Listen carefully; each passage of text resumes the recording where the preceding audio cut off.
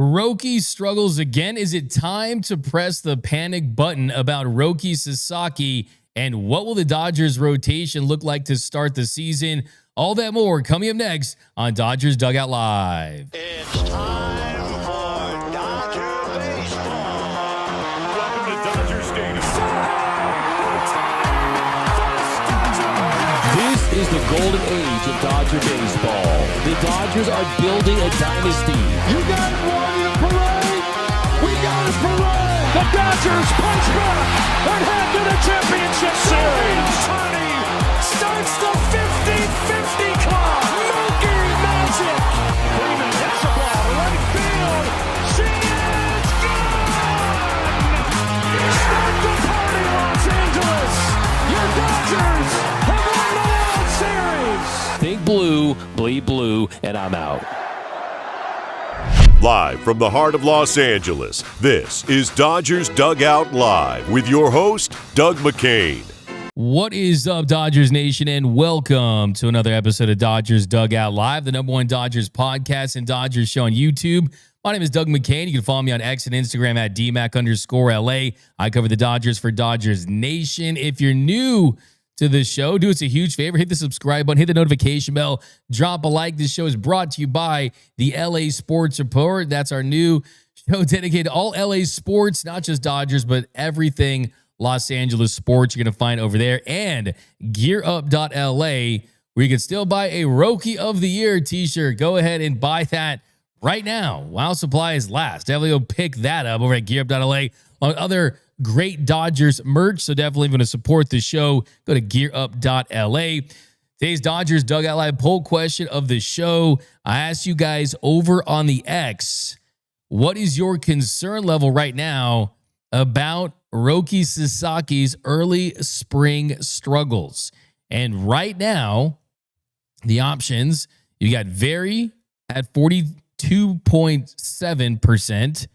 21.7% say kind of, 13.4% say somewhat, and 22.3% say not. So most Dodgers fans, according to this poll, are very concerned about Roki Sasaki's struggles early on during spring training. Now, this is a live show that we are streaming during the Dodgers Guardians spring training game, and Roki Sasaki, as he is able to do the rules in spring training, is set to re-enter the game after he was pulled by Dave Roberts early in the first inning. Roki, in his outing so far, has allowed 4 runs on 2 hits with 3 walks, 0 strikeouts, and he gave up a grand slam. It was not the worst pitch. It was a fastball almost at 98 miles per hour, sitting at 97.9 miles per hour on the outside corner. And it looked like maybe he was going to get a ground ball out. Maybe he can settle down. Maybe he can find a way to get out of that inning. But Kyle Manzardo had other plans. Let's take a look at this bomb. You can see where the hit was. It was right in the outside corner. And you see it right here. And you just fastball, outside corner, low in the zone. The velocity was up a little bit, almost at 98.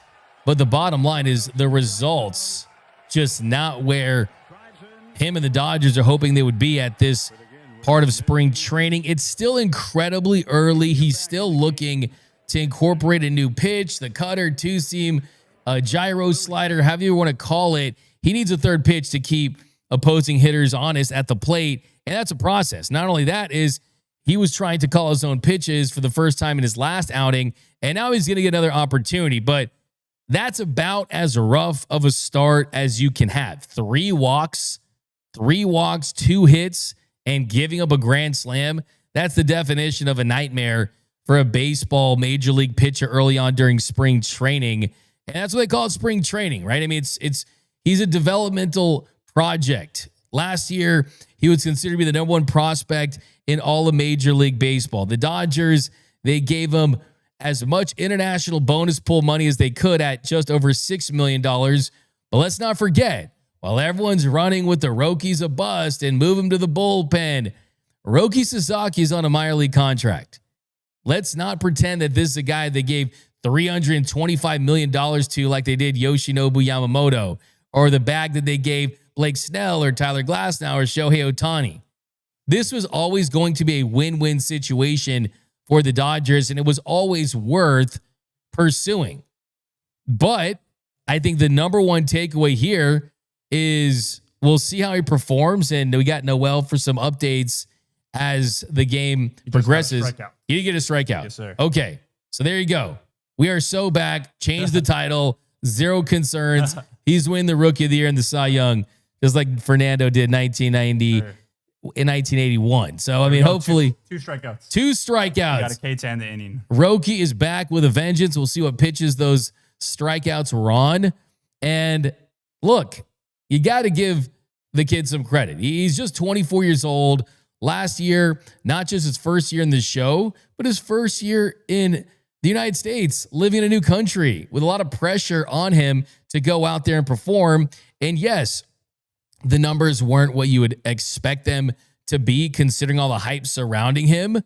But I think looking back, one of my initial takeaways right now, before we kind of get into what this means for the rotation and kind of evaluating the rest of his performance today, is the Dodgers have to look back at the 2025 postseason and think to themselves like, man, we are very thankful that they got that version of Roki Sasaki, where it did feel like they really put a Band-Aid on his season. They said, look, just go out there, throw your fastball, throw your forkball, try to pound the zone as much as possible, empty the tank for one inning.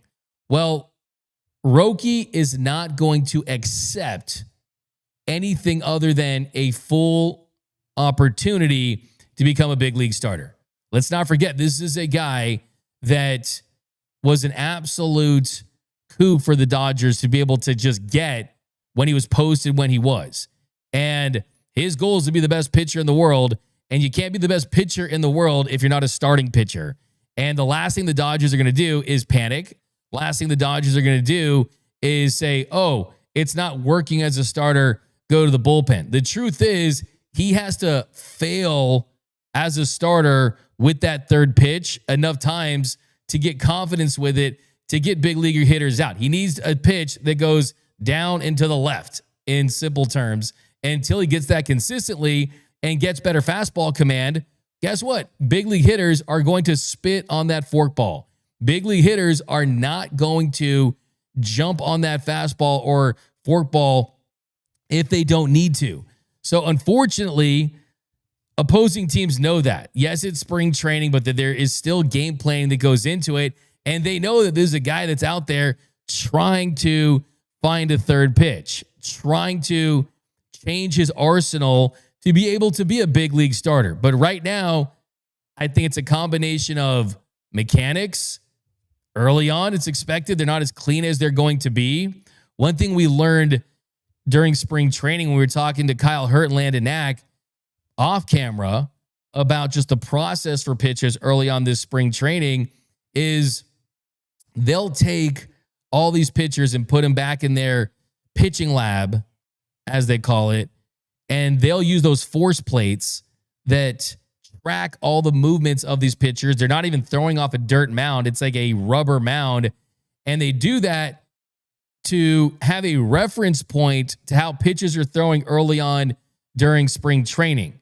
And in Roki's case, I'm sure what they're going to do is go back to the reference point of the tracking data for last year when they adjusted those out-of-whack hip mechanics that he was pitching with that led to the drop in velocity, and see how they can get him back to the Roki that stepped up when it was the phenomenon, the Baila la Roki, and he becoming the demon closer and him becoming the savior for the Dodgers bullpen. Because right now, the lower body, it doesn't look quite in sync as we saw last year when he made it back to the show. So there's going to be that.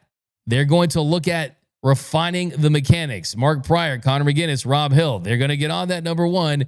And then number two, it's still a natural ramp up. He's throwing 98. And for a guy that's thrown 102 in his career, at some point, either we just accept that this is his peak velocity now, or I think you start to question the health and the development of the shoulder and the impingement that put him on the shelf for over 4 months last season, because he's too young to experience a velocity dip to this degree if it's more than mechanics. So I wouldn't be surprised if he's somewhat dealing with something, and ultimately if he ends up getting that corrected, and then it might take a while, to say the least, to truly see what the full bore, completely healthy version of Roki Sasaki is. The guy that threw a perfect game in the NPB, the guy that was previously the number one prospect in all of Major League Baseball. So look, I mean, when guys struggle to this degree, it's usually a multitude of things: mechanics, health. I think the third big thing for Roki, and the thing that really only he knows in his heart of hearts, is what's going on between the ears. Just kind of talking to some people within the Dodgers, they certainly believe that that's a factor, is the confidence, and that he's a pitcher like a lot of young pitchers that can pitch really well when they're riding high with confidence. But then the 180 to that is when there's a loss of confidence, it can really impact mechanics. It can really impact location. And the truth is with Roki is his 98 mile per hour fastball doesn't have a ton of run. It's a flatter pitch. And if he's missing up in the zone, big league hitters can time a bullet. They're not going to have issues hitting Roki Sasaki's fastball. And you combine a not well-located fastball with an experiment pitch, this shouldn't come as a surprise. So the way I look at it is better now than in the regular season, better now than in the postseason. And if he has to struggle during spring, that this is a guy that he's almost like this young coming of age story, right? There's like a movie with Roki right now. Ohtani's a made man, nothing to prove, best player on the planet, future Hall of Famer, unicorn of baseball, Superman of baseball cleats. Yoshinobu Yamamoto, World Series MVP, nothing to prove. Roki is a guy that was never as refined as those two when he came here, but they also knew that the potential was certainly there as far as his ceiling. Many scouts believe that Roki's ceiling as a pitcher, based on where Yamamoto was during that stage of his career, where Ohtani was at the stage of his career, yes, they were more polished and refined. They understood their mix and they had better command. But Roki's stuff, because he does something that no one does. And for everyone that wants to sell their Roki Sasaki stock, please send it my way. I will gladly buy it. And I will put it with the rest of my Roki Sasaki stock, because the bottom line is he throws a pitch that no one else throws in Major League Baseball. That is a fork ball that goes less than 500 RPM. Typically, you're looking at 1,800 RPM, and that means there's less spin on that fork ball, so it presents itself almost as a fork, splitter, knuckleball pitch that, when it's right, is truly a special, spectacular, superpower type of pitch. So there's still a lot there. It just right now, he's going through the stages of establishing himself at the big league level. Now, having said all that, yes, I'm going to die on the Roki hill no matter what. I'm going to support him until the next step is here, which is to possibly consider moving to the bullpen, which, hey, guess what? Having that as a floor is pretty nice. You know who would love to have Roki's floor right now? He's his own teammate. His name is Bobby Miller. Don't you think Bobby Miller would gladly accept a role as a frontline, back of your bullpen type of reliever? Bobby Miller would love that. Well, Bobby Miller never got a chance to prove that. They know at the very least that if Roki Sasaki was a reliever, who knows? Look at Edwin Diaz. Look at Josh Hader.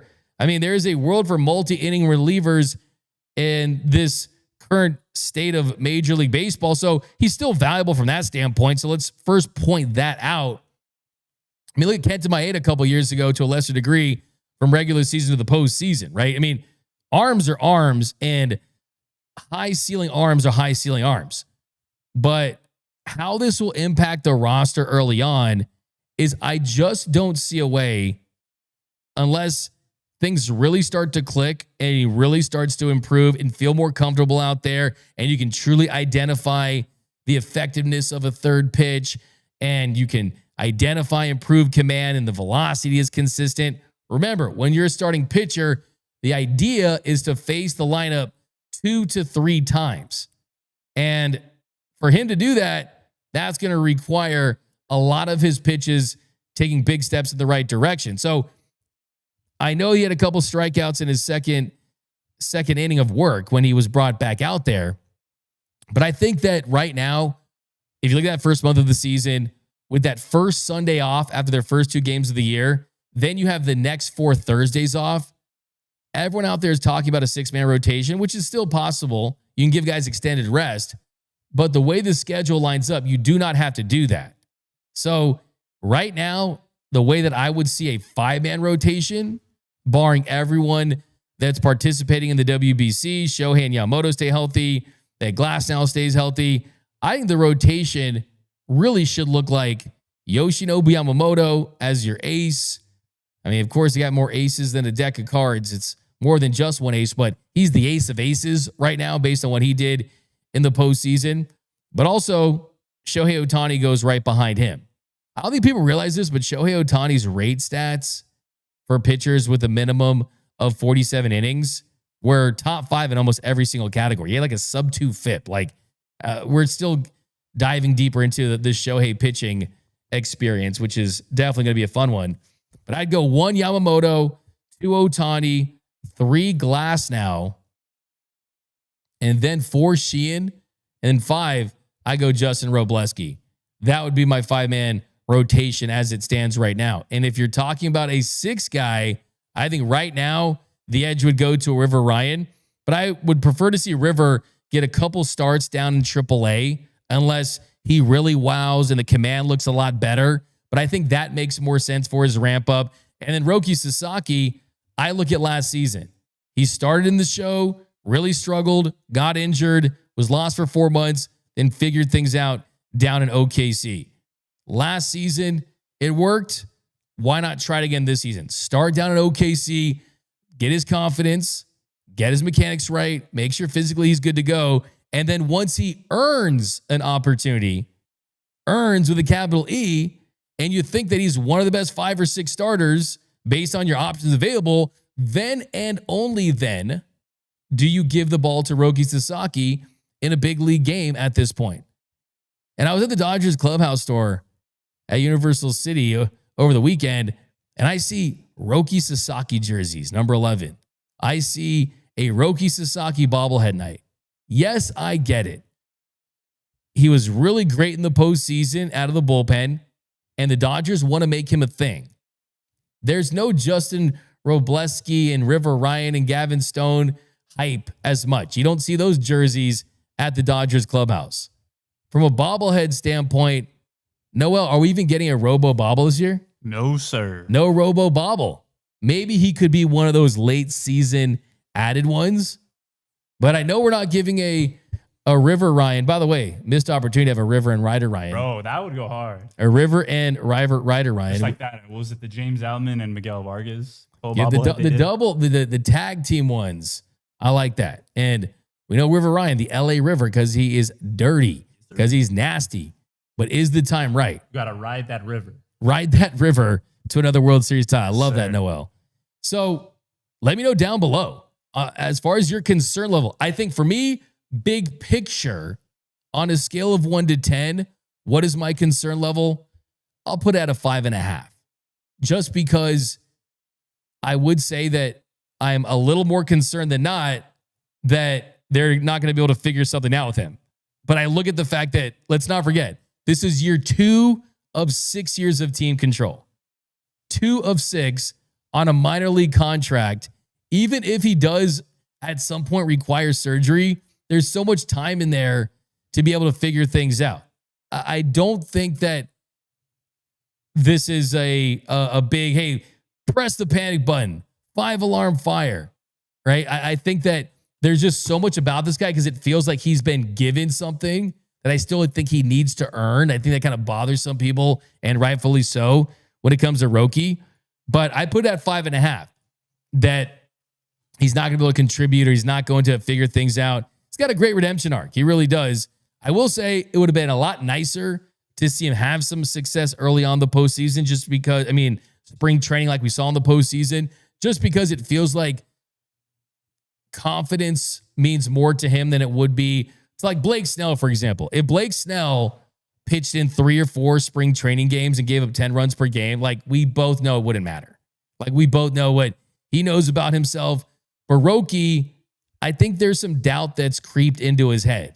I think that Roki has stayed up at night and wondered, hey, am I a big league starter or am I a big league reliever?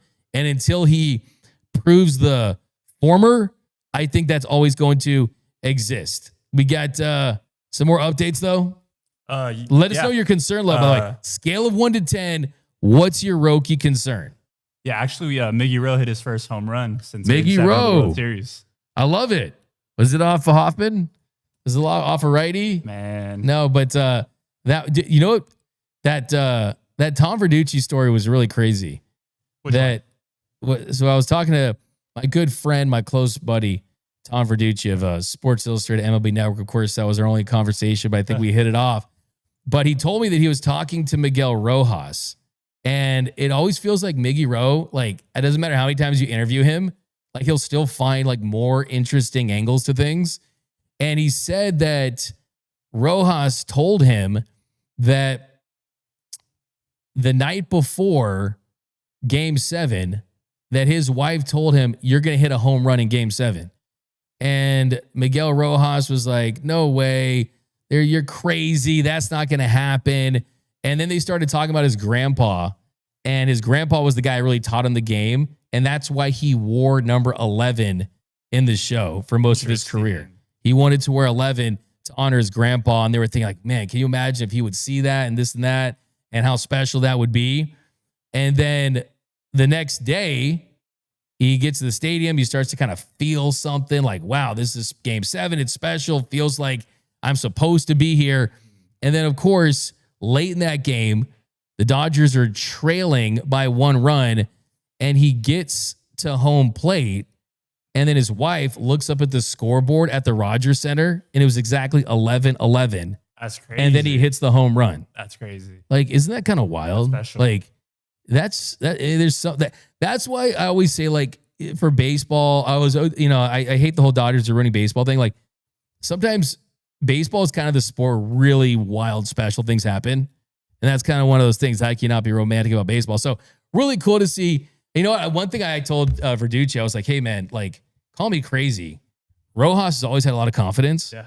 But my man's walking around spring training with those shoulders out and his chest puffed out. Yeah. Like, dude, and rightfully so. But, like, let's be honest, man. Like, so many people would hate on Rojas on social media. Yeah. And there was people that wanted him DFA'd, that wanted him gone. And, like, he wasn't like this, like, oh, he's Kike. Everyone loves him 100% of the time.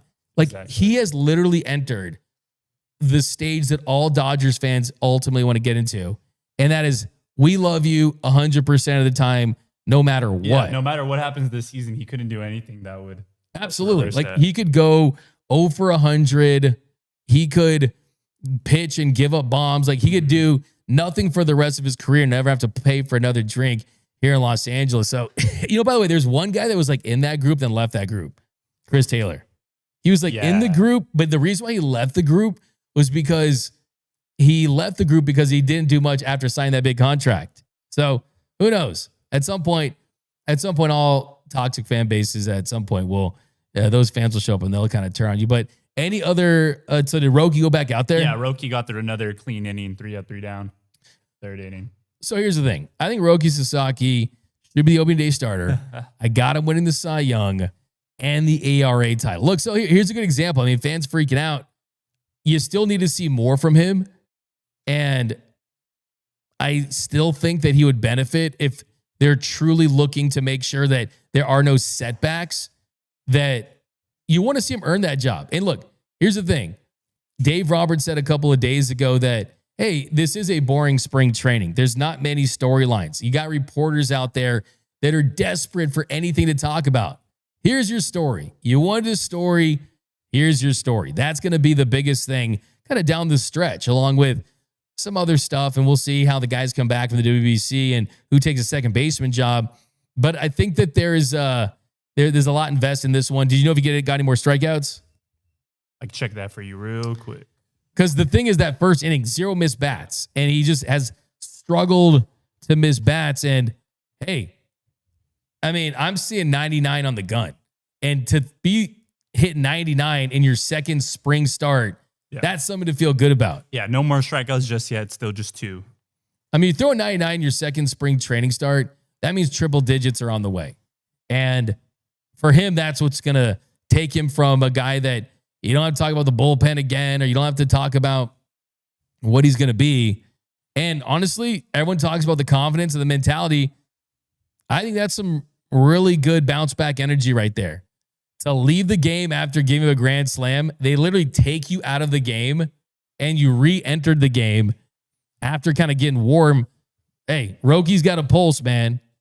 And I think too, just looking at the pitch count, it feels like from a pitch usage standpoint that he's gone back to just going pretty much a simplified 2-pitch mix. So you can't ride that for an entire big league season as a starter. But if you're using that right now just to get the confidence up and to get the feel back, I don't think there's any issues with that. But all right, let's get some comments here. Let's get some cuts. Enough for me, man. Early 7th inning stretch. The 7th inning stretch.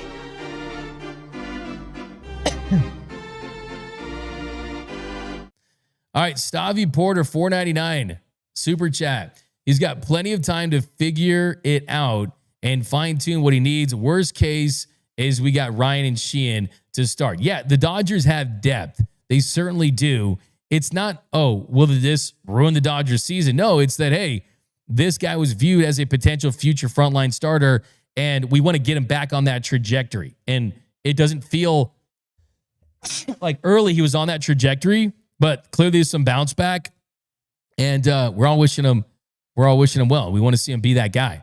We got ADG. Dropping Roki would be a mistake, like when we dropped the ball with you, Darvish. I don't think anyone, of course, there's not anyone that could sensibly make the case it would make sense to drop him.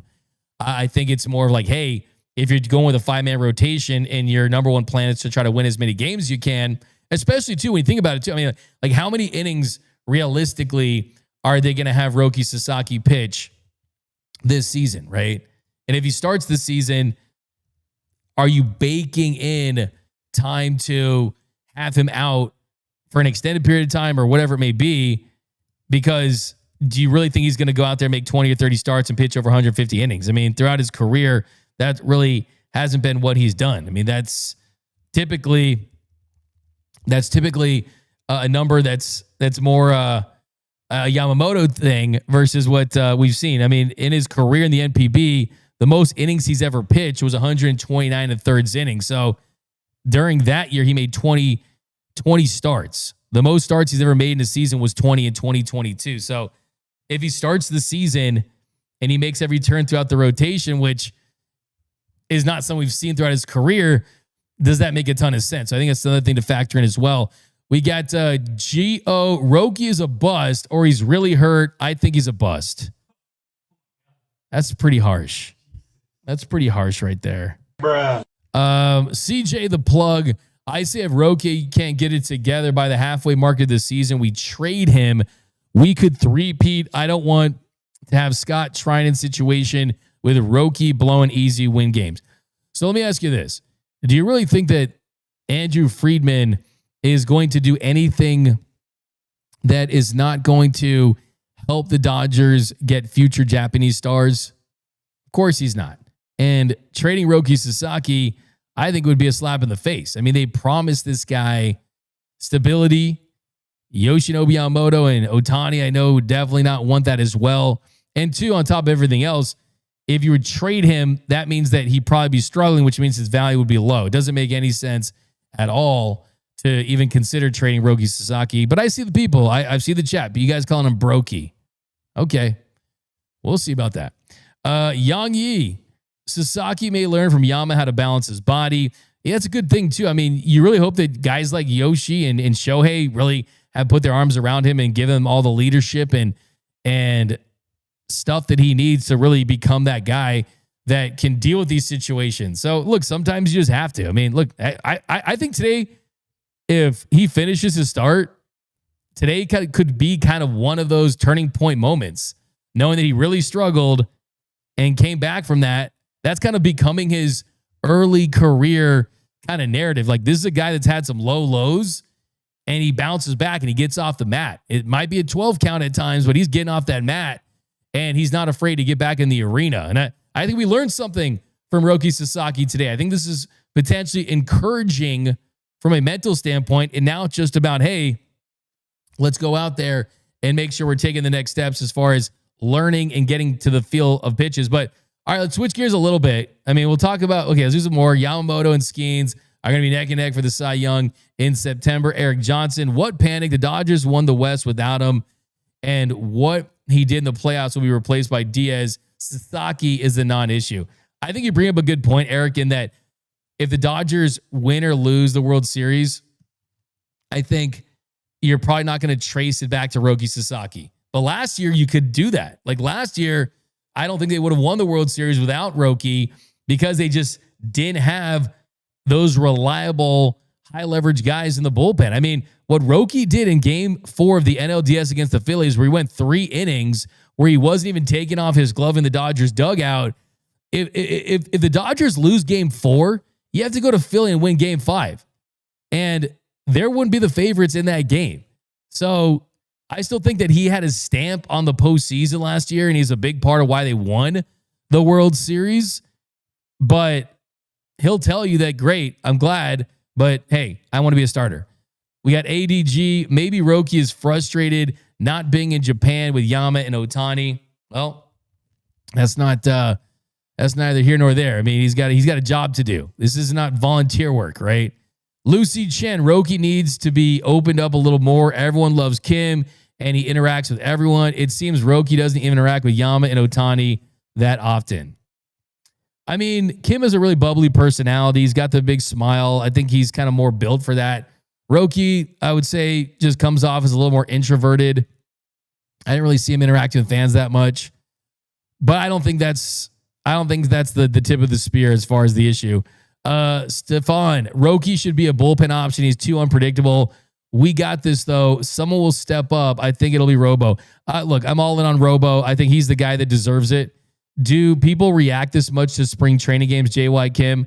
I mean, it's kind of one of those things where you're desperate for baseball and you'll take anything, right? You'll take anything. I mean, it's like you're in the middle of the desert.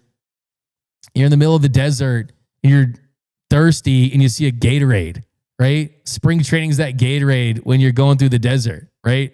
I mean, it's just training. JR15 Roki of the Year shirts. Okay, come on, Noel. Did you really have to include this one? I had to. Come on, Doug. Remember what you told me on spring training? What'd I say? When we were there for a while, you were like, Noel, there's highs on the trip. There's lows on the trip. Just like in Dodgers Dougout Live, there's the good comments. That's true. And that's comments. Okay. Now you put me in check. I agree. Like one of the things I take pride in this show is I will read the negative comments. And this says J_R15. Roki of the Year shirts on sale 75% off. You'll look silly wearing them when he's rocking a 6.7 ERA. Finish him. Come on. Jeez. All right, we got the young. Yeah, we'll send those to South Africa with all those 2025 Blue Jays World Series T-shirts, right? Most current Dodgers pitching prospects are older than Sasaki. Exactly, he's very young, just turned 24. CJ the Plug. Interesting name. I think you like that. You said it earlier too. Really? Because it's kind of like D-Mac the Plug. Okay. I'm going to plug the LA Sports Report right here. I'm worried Roki will turn into Scott and Trinan and blow easy wins. In my opinion, he starts to slide early into the season. We send him to AAA and call up someone to give him a chance or trade him. Well, that's the thing, too. You have to still build him up from a pitch count standpoint. By the way, Ryan Ward just singled in the top of the 4th inning. Ryan Ward's kind of had a tough go of it as far as, hey, he's been playing first base. He's not a big league first baseman. Tough for him to get those at bats in. So they're trying to get all those at bats for DePaula and Zaire Hope. So you throw Ward at first. So I totally get it. But he's certainly a guy that I could see them trading at some point this spring. J.Y. Kim, a $5 super chat. Roki's personality is fine. He signs children's requests all the time and even several soldiers. And he, Ohtani, and Yama hang out in the dugout. Yeah, look, that wasn't coming from me. I like I said, I don't think that's an issue at all. I've seen him as a pretty smiley guy who's not afraid to talk every time he leaves the clubhouse. He says goodbye to the reporters. I mean, that's as far. He has a dog too, right? And he's got the socks with the dog on it. Yeah, he does. Yeah. So look, I mean, it's funny how he's still so young. He's still young, and it's funny when you're not at your best, people are just gonna look and search for things, and that's just kind of where this is at. We've got Janice Dodgers aren't looking for a Yamamoto and Sasaki. We just need him as support to Diaz and Yamamoto. Fair. D-Mac is from Alex and Raid. I like it. D-Max, this clowns are going to start with their midseason form already, bleeping, unbelievable. Okay, look, let Dodgers fans overreact. We're in the overreaction business here, really. Che, when do we stop coming up with Roki excuses? Early June or July?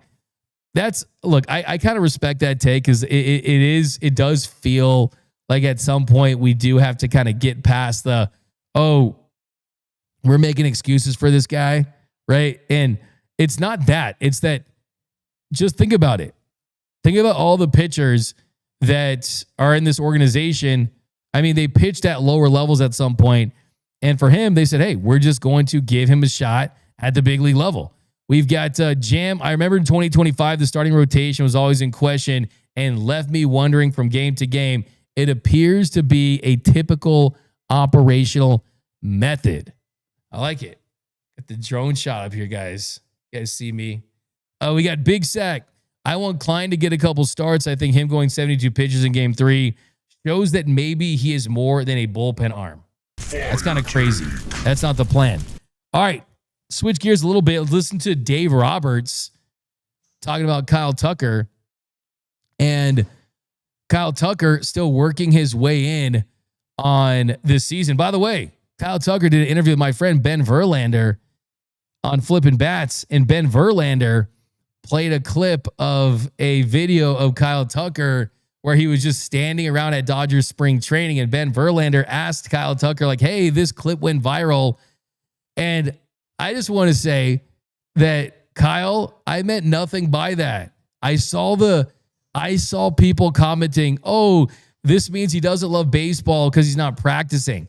Look, all I did was post a video of Kyle Tucker wearing Dodgers gear, wearing a Dodgers warm-up outfit, and fans somehow, because he wasn't running sprints or hitting home runs or making plays in the outfield, were trying to take it as he was just standing around. The purpose of me posting that video was just so Dodgers fans could see what Kyle Tucker looks like in Dodgers gear. Isn't that what it's always about when a new player signs with your team? Like, the first thing you want to look at is the first look of that player in that team's gear. And that was the point of me posting that video, Kyle Tucker. It was the first day of camp. He was just standing around, soaking it all in. Hey, by all accounts, Kyle Tucker has been really fitting in well with his clubhouse. And here was Dave Roberts talking about that transition for King Tuck and join this Dodgers team. Since Tucker has played, is everything all right with him? Yeah, he is. He went home. He and his wife are expecting, and so that was kind of, so hopefully we have some news here soon. And then once he does, then he'll be back. So TK walking around with a bat today. Is he making progress? He is. I think he's going to be with us, I think, for a few more days, and then he's going to join Team Puerto Rico down there. But from what I hear, every day he's progressed really well. I see him running around and doing some movements. But yeah, I don't know what his progression is with the hitting, but from what I've heard, it's getting better each day. And Tommy Edman, where we stand? I think he's taking batting practice, hasn't he? I think he has in a cage. I don't think he's been on the field yet, but he's swinging from both sides. He's running, playing catch and all that stuff. So he's progressing nicely. Still, obviously, a ways away from playing in a game, but it's been really good to see his kind of progression. With Stone, is he just shut down, or is he going to go for further testing on that shoulder? He got a scan, and it was some inflammation in his shoulder. So it's going to be a shutdown for a couple weeks, and we'll kind of reevaluate then. But I think we dodged the bullet. We feel good about it. With Tommy, do you think there's a chance that he could get into a Cactus League game at all? No, I don't think so. I don't think that's a possibility. So that was Dave Robertson. He did touch on Gavin Stone. He did say they dodged a bullet. He's going to miss a couple of weeks, but that clearly means he's not going to be in the Dodgers starting rotation to begin the season. And yeah, talking about Kyle Tucker, talking about him fitting into this team and how he fits into this lineup. And it's really good to see. I think that teams will look at this Dodgers lineup and realize, like, hey, this is a more potent and a Dodgers lineup that got younger and has more firepower. So that's definitely certainly something that was a point of emphasis this offseason. All right, couple more, and then we're going to go to some really non-Dodgers related stuff that is Dodgers related. Talk about Jerks and Profar getting popped for PEDs, and the most epic speech that will want you to make you want to run through a wet paper towel from Aaron Judge. We'll get into that. But here's Che says, 1987, when do we stop always trying to defend? Yeah, look, I get it. The Roki crowd is kind of hating. We've got Big Sack. We've got Jam Reader. I remember in 2025, the starting rotation just wasn't there. We got Cantankerous. I don't want to jinx it, but Jarren Duran is playing better than Kyle Tucker this spring. Way too early. Not even comparable. Jarren Duran, trust me, he's an exciting player, but he's a platoon guy. He's someone that has not had enough success against lefties. Kyle Tucker and Jarren Duran aren't sitting at the same table. Kyle Tucker, when he's right, is fringe-ish. Like, he's downvote MVP level. Like, 4th, 5th in MVP votes level hitter if he could stay healthy. We've got a couple of things. It's from Edie Evans, 1513 says, couple of things. Roki may just be working on something. We don't know about it. And it's spring ball, folks. I went to a spring training game where Kirsch got lit up. Give me a break. Yeah, I mean, how many examples do you need? I remember being in the same thing, sitting there, Kirsch getting lit up in a spring training game, and he's toying with a changeup and things like that. So you're absolutely right. Like, that is not just for spring training. That's for minor league play as well, as these guys are looking to get opportunities to hone their craft and to do it against big league competition. And you really can only do it in these games. So you're certainly correct. We've got Joe Megazzeni. What's the latest on Bobby Miller and Kyle Hurt? So yeah, Dave Roberts has already said that Bobby Miller is looking to transition to being a bullpen arm. I talked to Miller about this offseason, and he's fully embraced it. He's all in. He feels like the routine, the adrenaline, the process of it helps his stuff play better. So he already had pretty decent-ish stuff when he was right, but there's something certainly there. Then also, as far as Kyle Hurt, he's one of the better arms, too, that's certainly going to get an opportunity this season. So, yeah, definitely keep tabs on Kyle Hurt. I think Hurt gets an opportunity before Bobby Miller does out of the bullpen, because that's just kind of how he's been used. We've got Keith Potter, D-Mac, Profar got caught taking testosterone at Petco Park, LMFAO. Comment of the show. Rack you right there. Of course, you're a longtime listener of the show, viewer of the program, Tad Cheats. Why don't we talk about that here?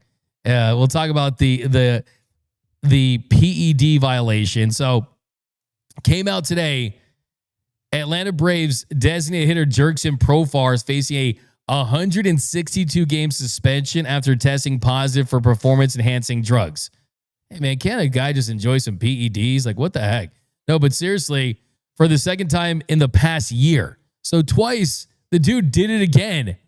He would be the 6th player to receive a 162-game ban for PED use since Major League Baseball increased the penalty for 2-time offenders to a full season in 2014. He would forfeit the entirety of his $15 million salary.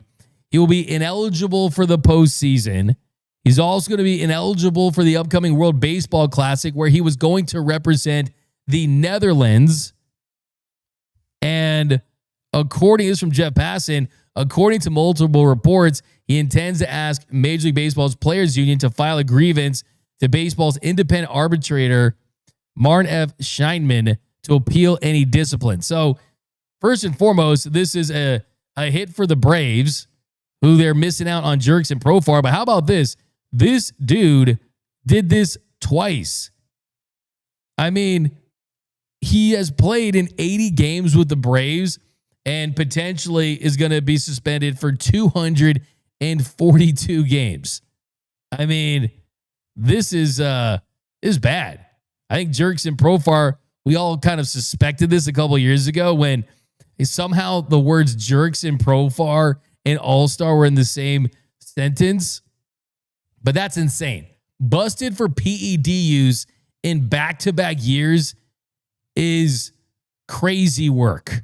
It's diabolical. I mean, 2 years in a row? I mean, that's insane.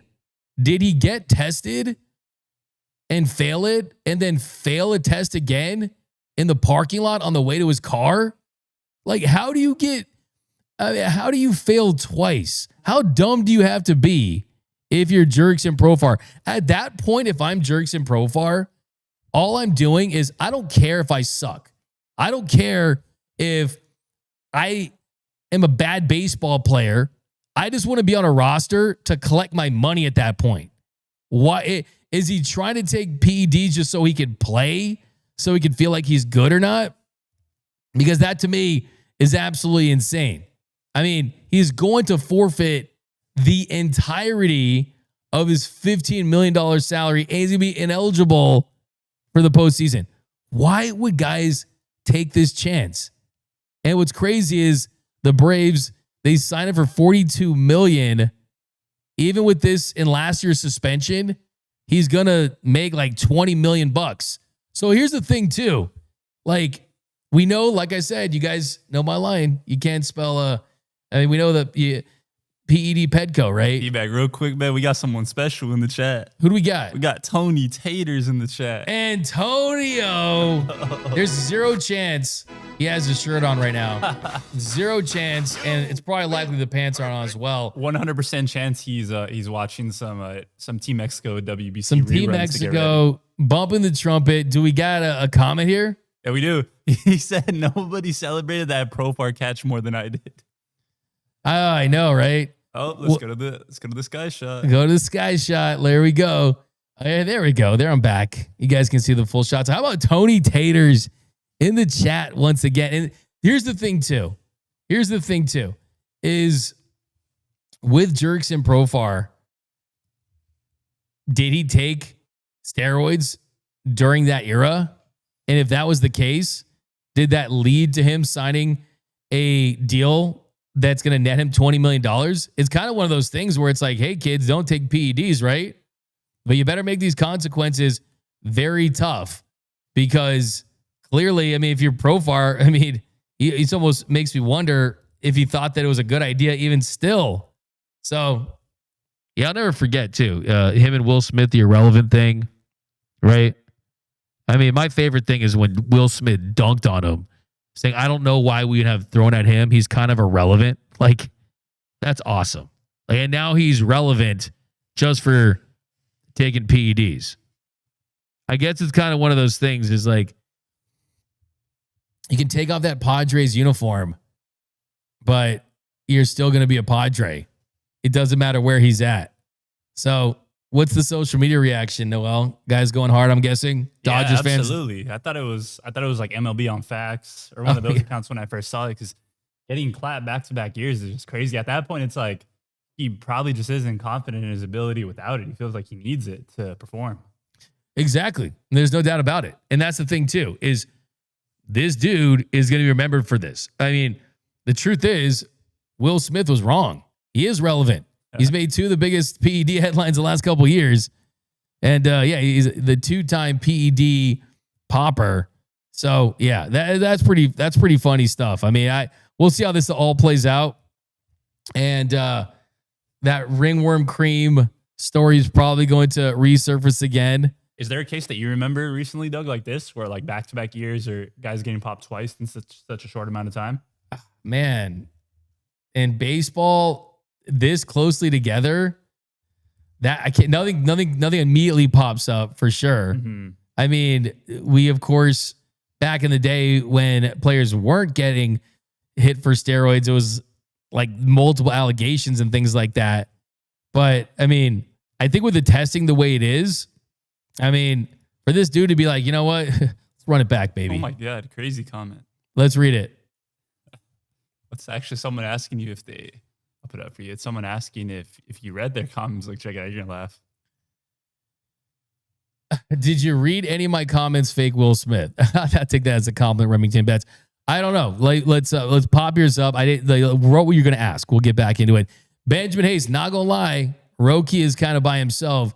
His besties left him for WBC, and nobody really sticks out in the lineup, so he's kind of carrying himself and fighting for roster spots, so even more pressure. Yeah.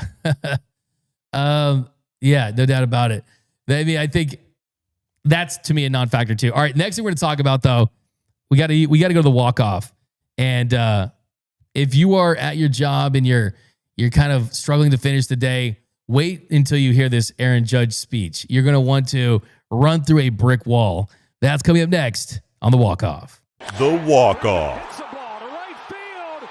She is gone. All right. So I don't know if you saw this, but Aaron Judge, he gave a speech to his Team USA teammates, and Captain America did disappoint. Sacrifice for your family at home, you're sacrificing for your country, and you're sacrificing for the brothers in the trenches with you every single day. And that's one thing I want us to do, fellas. You know, we're down, we're beat up a little bit, man. You know, bleed into each other, man. We're gonna lay it out on the line. If we do that, we're bringing the goal home, man. I'm telling you. Aaron Judge, this is kind of when the guy that is the lead by example guy has to speak. And you're probably wondering, wait, what does that do with the Dodgers show? Well, because it's going to go back to the Aaron Judge versus Shohei Ohtani debate. That was Aaron Judge's speech. And of course, that wasn't before a championship game. But I think if you look closely, you can see Tarek Skubal snoring in the background. I think you can see Paul Skeens checking his watch. I think you can see Clayton Kershaw considering a nap. I mean, that is the all-time, hey, that'll make me want to run through a wet paper towel type level speech from Aaron Judge. And yes, he's Aaron Judge. Anything he says you should listen to because how great a player he is. But when you compare that to Shohei Ohtani's speech before the WBC championship in 2023, when Shohei told his Team Japan teammates not to idolize Mike Trout and not to idolize Mookie Betts and not to idolize Paul Goldschmidt. And at the end, I don't know what he yelled, but it was like super intense and super fiery. Not going to lie. I'll watch that in the morning. I'll watch that before I go to bed sometimes. I think that really was the perfect encapsulation of Shohei Ohtani is a fiery competitor. And Aaron Judge, hopefully he'll get a redo. And I mean, geez, if I was Judge, I'd be kind of pissed that someone even posted that, right? Because it just wasn't it. And then my whole thing is like, I'm kind of scared for Team USA now. Like if that's what set the tone for Team USA in the WBC, I'm starting to get a little worried if that's the motivation you're getting from Captain America. By the way, I see in the comments here, Keith Potter, what is the lifetime ban? So it's baseball. It's what you would expect. 3 strikes, you're out. If you get popped again, it's over and you're done. So that's the next step. But yeah, I mean, I'm pretty sure you'll probably be posting something. I'm pretty sure, Noel, you'll probably be posting that Shohei pre-WBC championship speech once again at some point in the next couple of weeks. Absolutely, man. That's always the go-to. And so there's one time I posted it without the subtitles. I felt like it was a little more eerie that way. Really? You feel the energy. You don't know exactly what he's saying. but I'm here for it.